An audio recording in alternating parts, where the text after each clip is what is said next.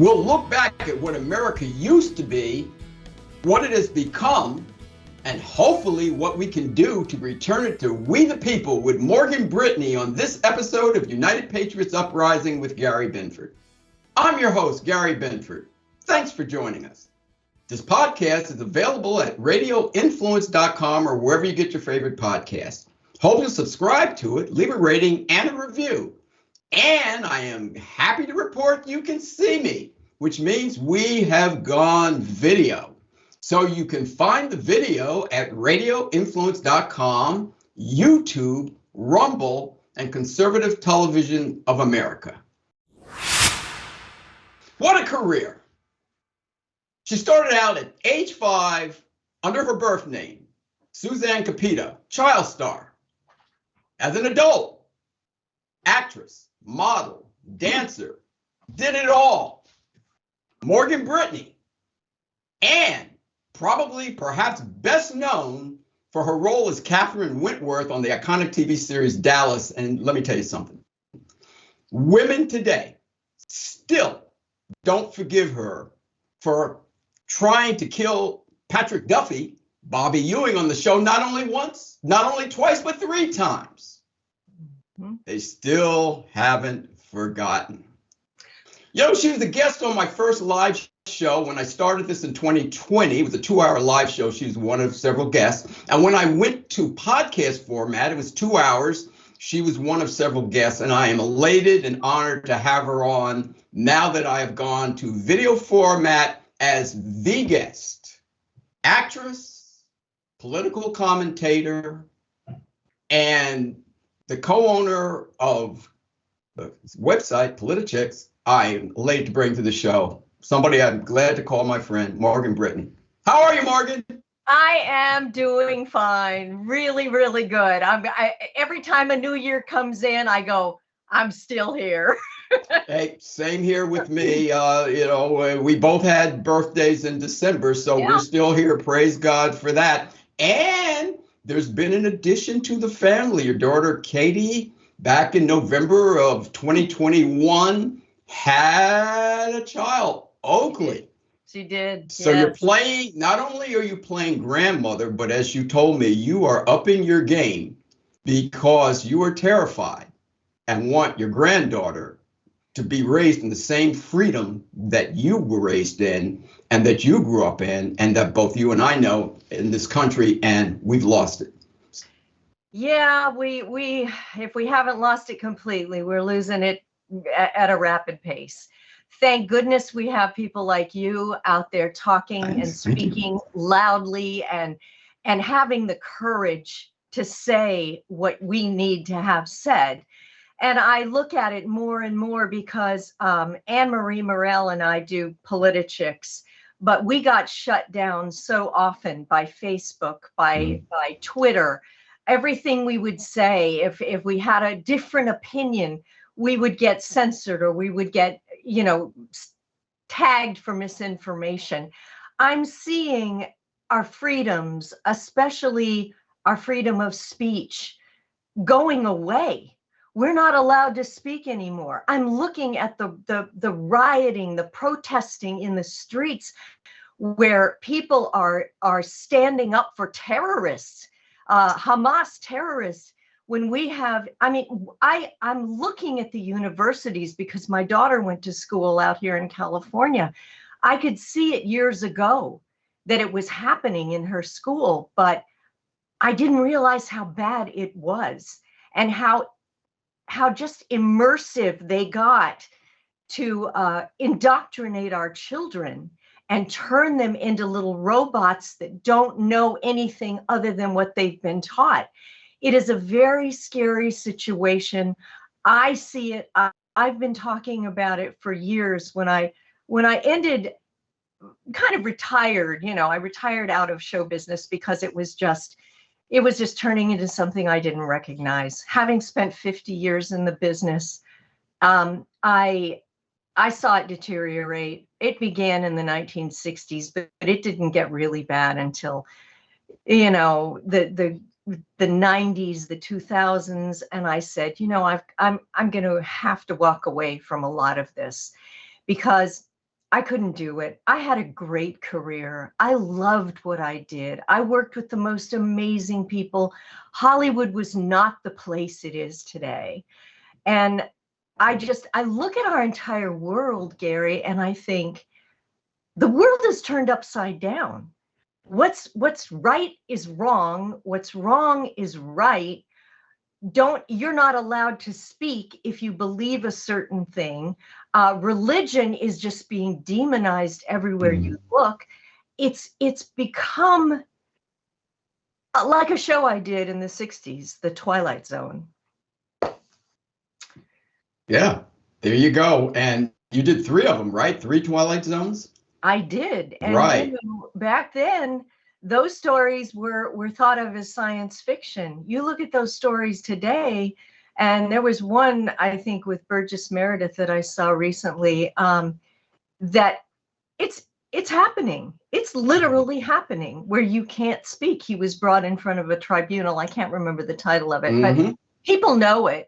And you look at it now and you say, that was science fiction back then. But The Twilight Zone was an amazing opportunity for me. I was so lucky I got to work with Rod Serling and some of the most amazing actors and writers. Like I said, Hollywood was a totally different place than it is today.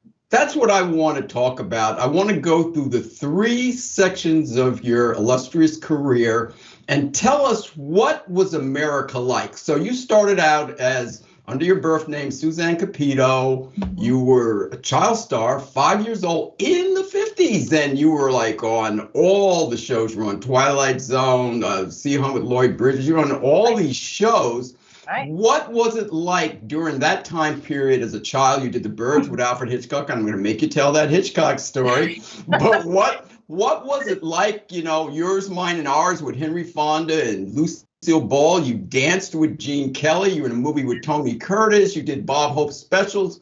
What was America like then? Yes.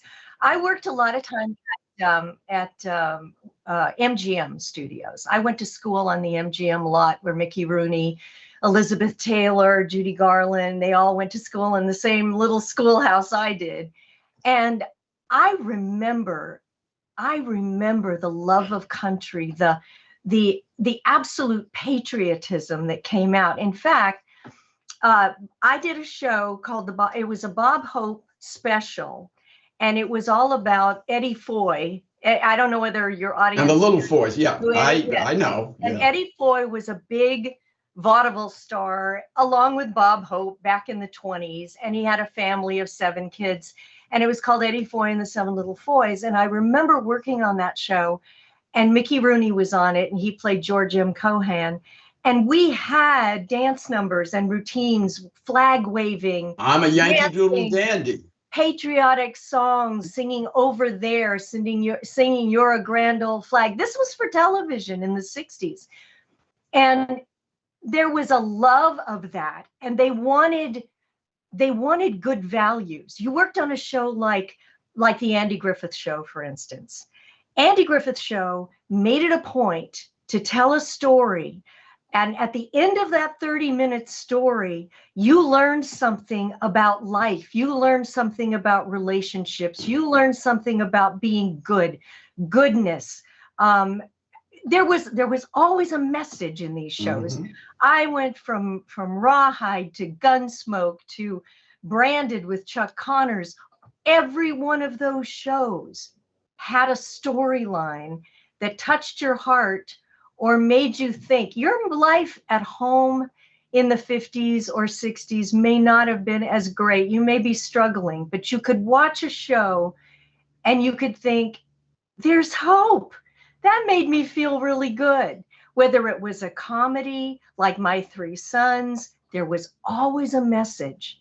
And that message was a positive image for people. It was uplifting. Do you notice today how everything is dark?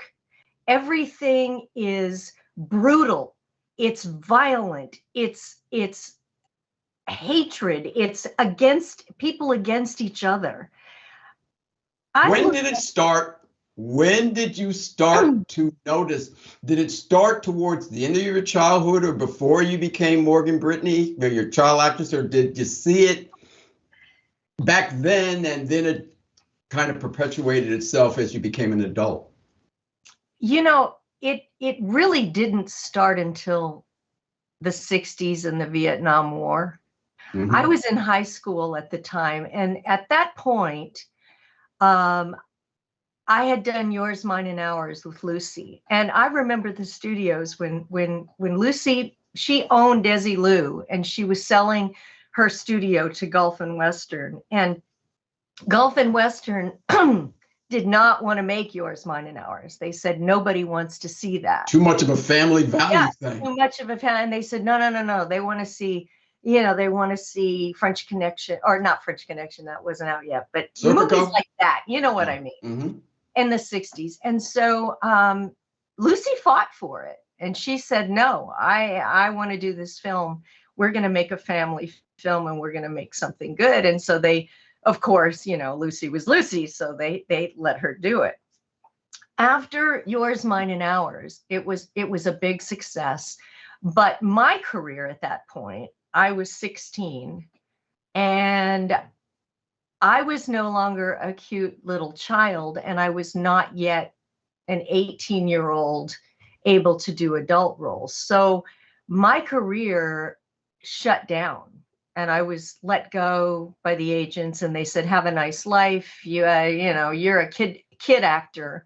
You'll never, just have a nice life, get married. And I had a really hard time for a few years. And I finally, I don't know whether I told you this story, Gary, but I had reached a really, really low point. And I thought, this is all I know. This is the only thing I know. I'm not trained to do anything but be an actor. And I said, what am I going to do? And I remember a night where I didn't really want to go on anymore. And I prayed to God and I said, if you're listening to me, I need your help and I need an answer. I need it. And I went to bed, and I tell you, and I swear to you, this is the truth. The next morning, I knew exactly what I had to do. And Morgan Brittany was on her way? I changed my name when I decided. I said, I'm going to take what little money I have left from my childhood career, because most of it was all spent. And I'm going to take what little money I have left. And I turned 18 at that point, and I got on an airplane and I went to New York City. Right. And that's where you reinvented yourself. Yeah. I changed my name. Back then you could do that. Yeah. You didn't have to jump through hoops. You could just get off an airplane and become somebody else.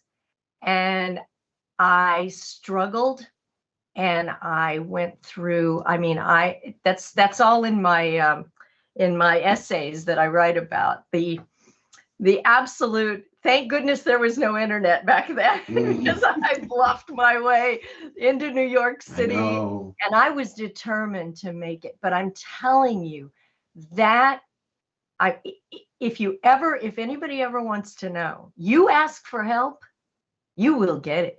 Yeah, God can provide it. Morgan, what had the country become now? Now you're an adult star and you're doing Dallas, you're doing all these shows, Murder, She Wrote, the 2-hour premieres, you're all over the place. What did the country become now? Because now the Marxist communist influence that was undercurrent before, it seems like it was really starting to creep out. Is that accurate? Oh, extremely accurate. Please tell us about that, because this is how the country changed. In the 1960s, I could see it happening little by little. I could see it. It was coming in the dialogue. They would try to push agendas, but then they got pushback.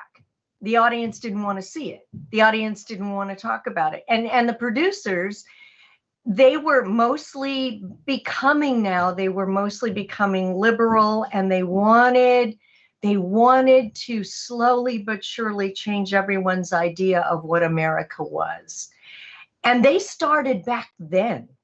And I started to see it little by little. And then they'd add nudity and sexuality. And they would have women, just, it was not comfortable to be a woman then. It really wasn't.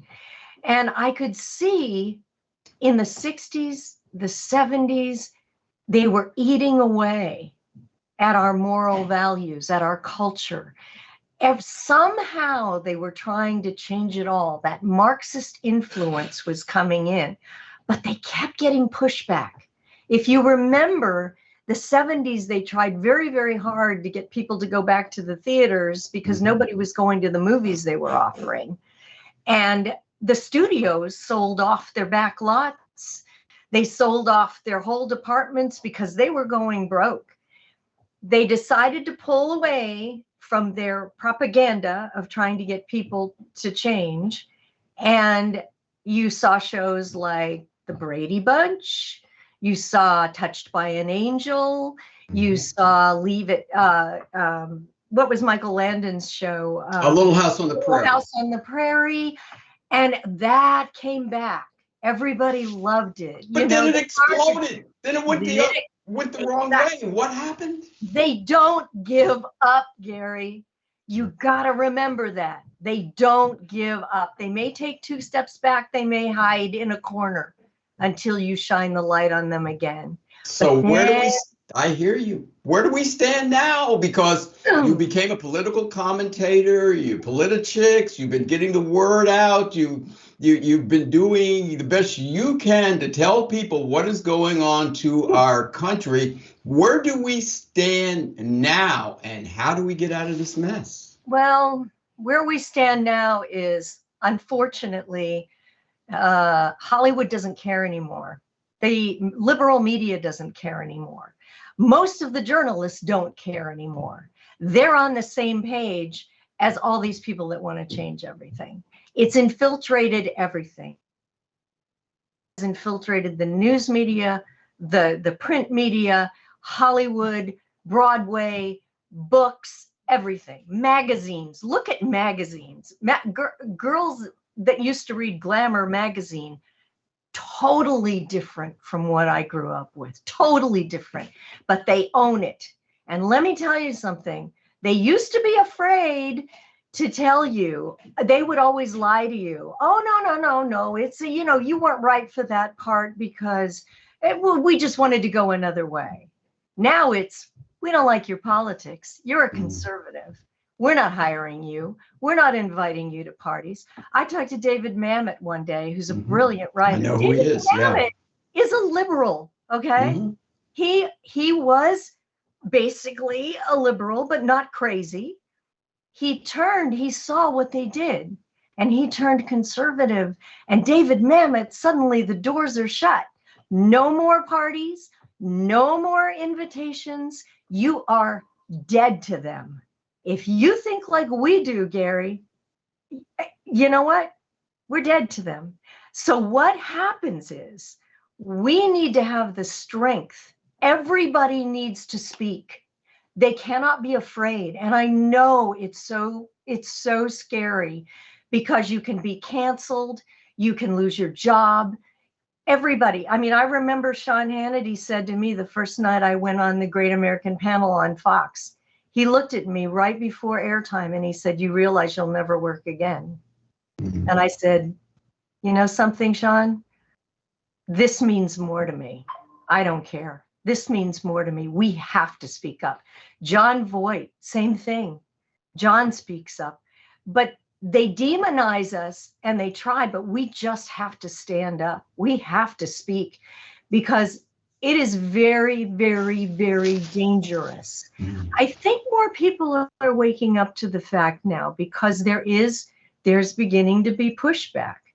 People are talking at the schools. Parents are going in.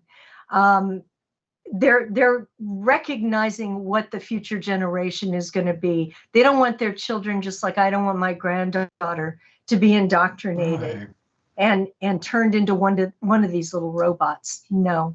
Well, to stop that, what can we do? What can average Joe public do? And Morgan, we're going to let this roll because you're on a roll here. We're going to keep this going for a few more. What can the average individual do that says, I'm not famous, I don't have a microphone, and I don't have a pen?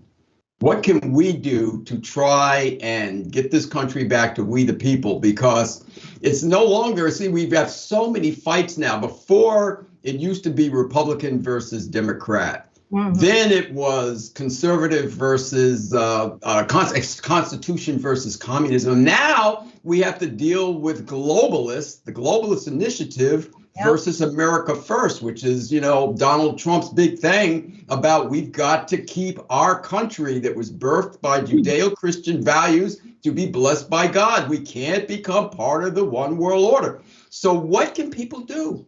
Well, we do have a voice still. We do. Thank goodness Elon Musk took over Twitter and turned it into X, and now we can speak about COVID now. But yeah, we have a voice. I get into conversations in the most bizarre places. I mean, sometimes I will be in a grocery store and I'll be in line and somebody will make a comment about prices or oh, look at the price of these groceries, blah, blah, blah. And I'll get in a conversation with them and I'll go, you know what? We got to do something. We got to do something about this. I said, number one, living in California, we got to get rid of Gavin Newsom. Most people kind of look at you and go, what? And then you get— Hold on, Morgan. Hold on. Time out. I have to stop you there because you said the magic words. Now, I know you live in California. Every time I contact her by email, everybody, I'll say, are you in your hidden underground bunker? Please tell people what is going on in California because I can't believe people still live there who are conservative. What's it like? Oh, it is like living in— There was a movie done, I think Kurt Russell did it, called Escape to New York. Right, with Isaac Hayes, right. Oh my gosh, it was crazy. This is California is basically that movie, and it's becoming Soylent Green. Remember when Soylent, they're making artificial food out here, that they're 3D printing meat now, that's literally electric cars, reparation. God. The homeless people, the homeless situation. You try to go down to the LA Philharmonic or the Walt Disney Hall, you got to step over people on the streets, urinating on the streets, and you're dressed up in a nice outfit, and you have to put a handkerchief over your face because the smell is so bad. This is what they have turned California into, and people all over this country need to know, as California goes, so do you guys. Right. And it's coming your way. So we have to talk about getting these people out of office. Actually, if you can run for office or if you can be on a local board, if you have some power in your community, you can make a big difference. You can tell the truth. Tell people the truth. Don't be afraid to talk about the climate change agenda. Don't be afraid to say anything at all. They can't. What are they going to do? Really, what are they going to do? I'm not afraid of them anymore. I will talk and say what I feel, but you have to. You really have to. And you've got to vote. You got to tell everybody you know, this is not going to change. I get very discouraged when I see the shenanigans that go on at the ballot, for ballots, mail-in ballots, and I'm scared of all of that stuff. But I'm trying to tell people, you must keep your eyes open. You must see what's going on. You have to listen. Get as much information as you possibly can, because it's not just your life. It's the life of the next generation. They've got to know. They've got to know the truth.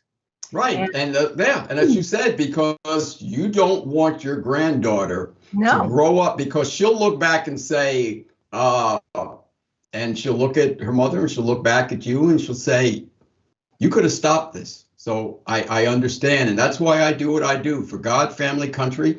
and That's for the right. love of the Constitution that has kept us free, because that piece of paper, we don't live up to it, but as long as that's there, we will have freedom of speech. At least it's on the books. We should have freedom of religion and the right to bear arms. So when government becomes tyrannical, we can That's get right. rid of it. That's right. Morgan, before I really appreciate you coming on. Before you go, I want people to know about your new book that you are penning, why you're penning it, and what type of book it is. And because I know what type of book it is, and you can give it its name, I am politicking to make sure the Alfred Hitchcock story from the birds is in there. So I want you to tell the people the bird story, because out of all the stories you've told me about Hitchcock and Ted McGinley and Larry Hagman and Rod Serling and Andy Griffin and Ronnie Howard, this is my favorite. Well, The Birds was an amazing movie to get cast in. Believe me, it was. We didn't really know a whole lot about it. I was probably maybe 9 years old when I did it, but we were on location in Bodega Bay up in Northern California. And the sequence that we were in was there was a schoolhouse sequence with the crows, and the crows chased us down the street and, you know, ran after the kids. However, we did another sequence, and it was a birthday party for the character Kathy, Veronica Cartwright, and all the kids. We were on location that day, and we were at the farmhouse, and our sequence was that all the kids are running around playing in the yard, and all of a sudden the seagulls come down and they start attacking the children. So we've got this scene all mapped out and everything. They've got the seagulls, and they were real. They were real. And they what they did is they captured them off of an island with a net. And these birds were not happy about that at all. Then they would tie monofilament to their legs. Trainers would get up on top of ladders behind the camera, and they would throw these seagulls at the kids, and the seagulls would land. They would land on you, and then you never knew. Start pecking away, right? So we were really, it was like very, very scary. And I had to do a sequence where I fall down and a seagull gets on my back. And I got up my courage because no one talked to Mr. Hitchcock. No one. But I was really, really scared for what I had to do. And I gathered up my courage. Mr. Hitchcock was in his chair by the camera. I went over there and I went over to him, and he stood up, this giant of a man, stood up and looked down at me. And I said, Mr. Hitchcock, and he looked at me, and I said, I'm really afraid of these birds. I'm really afraid of this scene. What if they kill me? Right. And he says, he looks down at me and he goes, don't worry, my dear. It's your last scene in the picture anyway. To a 9-year-old. I know. And I just kind of turned around and I walked the other way like, okay. I'm done. Yeah, because that was it. That's what he said. And it ended up being all right, because they ended up using a mechanical bird on me.